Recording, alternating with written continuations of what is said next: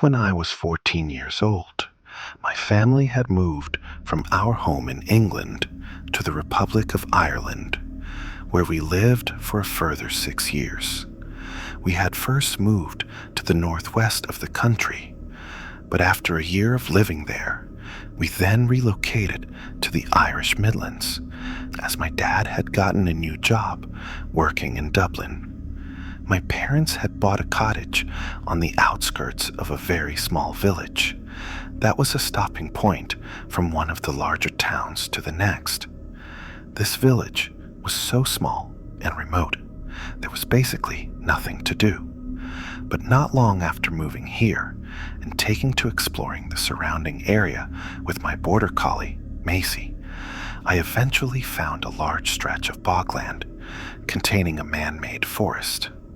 Every weekend or half-term away from school, I took to walking this area with my dog, in which I would follow along a railway line used for transporting peat. However, after months of trekking this very same bogland, I eventually stopped going there. I can't quite recall the reason why, but maybe it was because I always felt as though I was trespassing, which I wasn't, or because the bogland was so bumpy and uneven. I always came home with horrific blisters. Although I stopped going to this bogland to walk my dog, outside one of the nearby towns where I went to school, there was a public forest. Because this forest was a 20-minute drive away, my dad would take me and Macy there, drop us off, and then pick us up again 2 or 3 hours later. What I loved about these woods was that it was always quiet, only with the occasional family, dog walker or jogger passing us by. On one particular evening, I had gone back to these woods with Macy, where my dad would later pick us up after running some errands. Making our way along the trail, the evening had already started to dimmer. Wanting to make my way back to the car park before it got too dark, I decided to take a shortcut through the forest via one of the many narrow side trails. Following down one of these side trails, me and Macy stumbled upon a small tipi-shaped hut made from logs. Loving a good game of hide and seek, I would sometimes hide inside this tipi when Macy wasn't looking, where she would spend the next couple of minutes circling round the hut, trying to find me, not realizing she could just go inside. Whether I played this game with Macy that day, I'm not sure, but following down this exact same side trail, I turned to look behind me.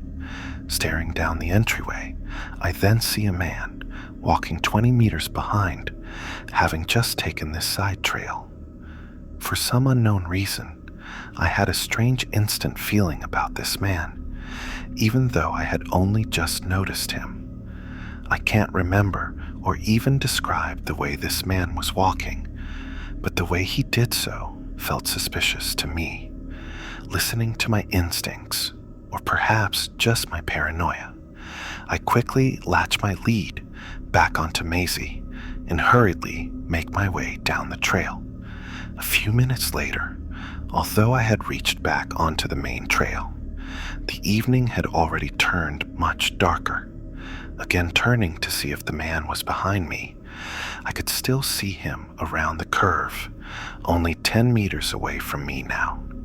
I did try to tell myself I was just being paranoid, and this man was most likely not following me, but my gut instinct still told me something was off. Thinking ahead, I pull out my phone to call my dad, as to make sure he was already in the car park waiting for me. But there was no answer. Because there was no answer, I just assumed he was probably still driving. And because he was still driving, I just hoped my dad was nearly on his way. By the time I make it back to the car park, it was basically pitch black by now, and there was just one single car in the parking area, but it wasn't my dad's. sitting down by a picnic bench to wait for him to come and get us. All I could do was hope he would be coming soon, and that this strange man from the woods was not following me after all. Only a minute or two later, I could hear the footsteps of this very same man approaching through the darkness. Anxiously anticipating him pass by, I tried to distract myself on my phone, or at least make myself seem less approachable. Thankfully enough, the man just walks completely by me. Entering the car park, the man then gets in his vehicle, the only car in the car park, but he doesn't drive away. He just stays there, sat inside his car with both the engine and headlights turned on. 20 minutes must have gone by, but my dad still wasn't here, and yet this very same stranger was. Trying to call and text my dad to say I was waiting for him, I was met with no answer. While I continued waiting, I tried to rationalize why this man hadn't decided to drive off.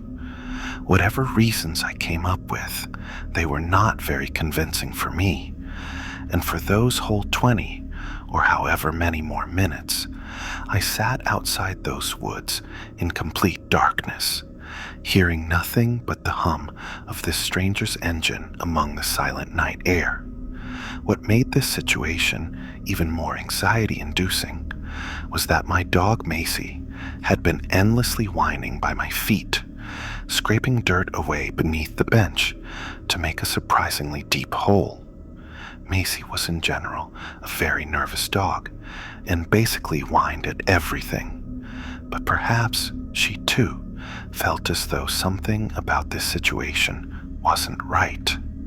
Thankfully, after what felt far longer than 20 so minutes, the strange man, already with his engine and headlights on, reverses from his parking spot, exits out of the car park and onto the main road, leaving me and Macy in peace. Although we were now alone, basically stranded outside of a dark forest, I couldn't help but feel a huge sigh of relief come over me. My dad did eventually come and get us, 10 minutes after the man had finally decided to drive off. Do you want to know what my dad's excuse was as to why he was so late? He forgot he had to pick us up. I don't know if that man really was following me through the forest, and I definitely don't know why he just sat in his car for 20 minutes. But if I had to learn anything from that experience, it would be the following.